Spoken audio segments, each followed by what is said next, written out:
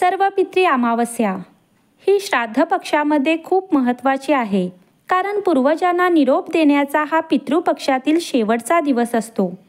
जर एखाद्या व्यक्तीला काही कारणामुळे श्राद्ध तिथीला श्राद्ध करता येत नसेल किंवा श्राद्धाची तारीख माहीत नसेल, तर सर्व पितृ श्राद्धाच्या अमावस्येच्या दिवशी श्राद्ध करता येतो. या अमावस्येला मोक्षदायिनी अमावस्या असेही म्हणतात, कारण ही अमावस्या पितरांना मोक्ष देणारी आहे. चला तर मग जाणून घेऊयात या सर्व पितृ अमावस्येची आख्यायिका काय आहे.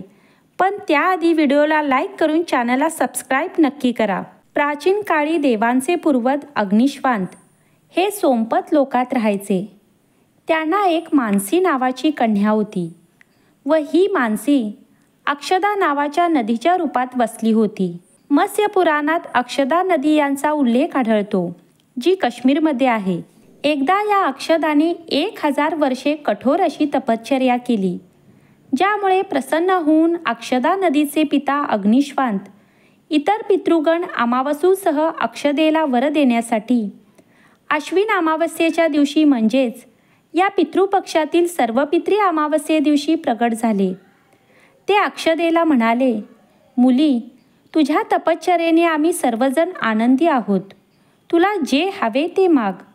पण अक्षदेने आपल्या पूर्वजांच्या बोलण्याकडे लक्ष दिले नाही आणि अत्यंत तेजस्वी पितृ अमावसूकडे ती पाहत राहिली. पूर्वजांकडून वारंवार आग्रह केल्यावर ती म्हणाली, प्रभू, तुम्हाला खरोखर मला वरदान द्यायचं आहे का? यावर अमावसू म्हणाले, या वरदानावर तुझा परिपूर्ण हक्क आहे, म्हणून संकोच न करता सांग. अक्षदा म्हणाली, जर तुम्हाला मला वरदानच द्यायचं असेल तर मला तत्क्षण तुमच्यासोबत रमण आनंद घ्यायचा आहे. अक्षदेचे हे बोलणे ऐकून सर्व पितृ संतापले. त्यांनी त्याच क्षणी अक्षदेला शाप दिला की तू पितृलोकातून या मृत्यूलोकात जाशील. पूर्वजांनी अशा प्रकारे शाप दिल्यावर अक्षदेने क्षमा मागितली. ती रडू लागली. त्यावर पितृंना तिची दया आली. ते म्हणाले, हे अक्षदे, तू पतित योनीत शापित झाल्यामुळे या मृत्यूलोकात मत्स्यकन्या म्हणून जन्म घेशील व परमपिता ब्रह्मदेवांचे वंशज महर्षी पराशर तुला पती म्हणून लाभतील.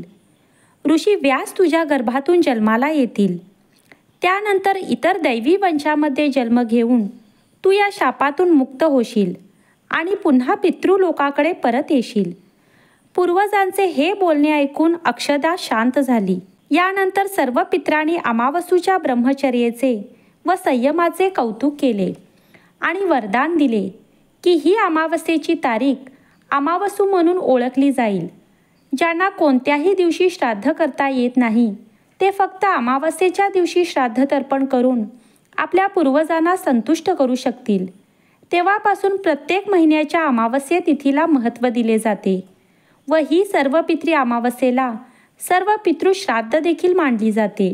व यानंतर त्याच पापाच्या प्रायश्चितासाठी कालांतराने अक्षदेचा या मृत्यूलोकात जन्म झाला व महर्षी पराशर यांची पत्नी आणि वेदव्यासांच्या आई सत्यवती बनल्या. नंतर त्या महासागराचे अंशभूत शंतनूची पत्नी बनल्या आणि 2 पुत्र चित्रांगद आणि विचित्रवीर्य यांना जन्म दिला. अशी ही सर्व पितृ अमावस्येची कथा. या दिवशी पितृ आपल्या पिढीतील वंशजांना आशीर्वाद देऊन या पितृपक्षातील अमावस्येच्या रात्री परत स्वस्थानी म्हणजेच पितृलोकात माघारी जातात.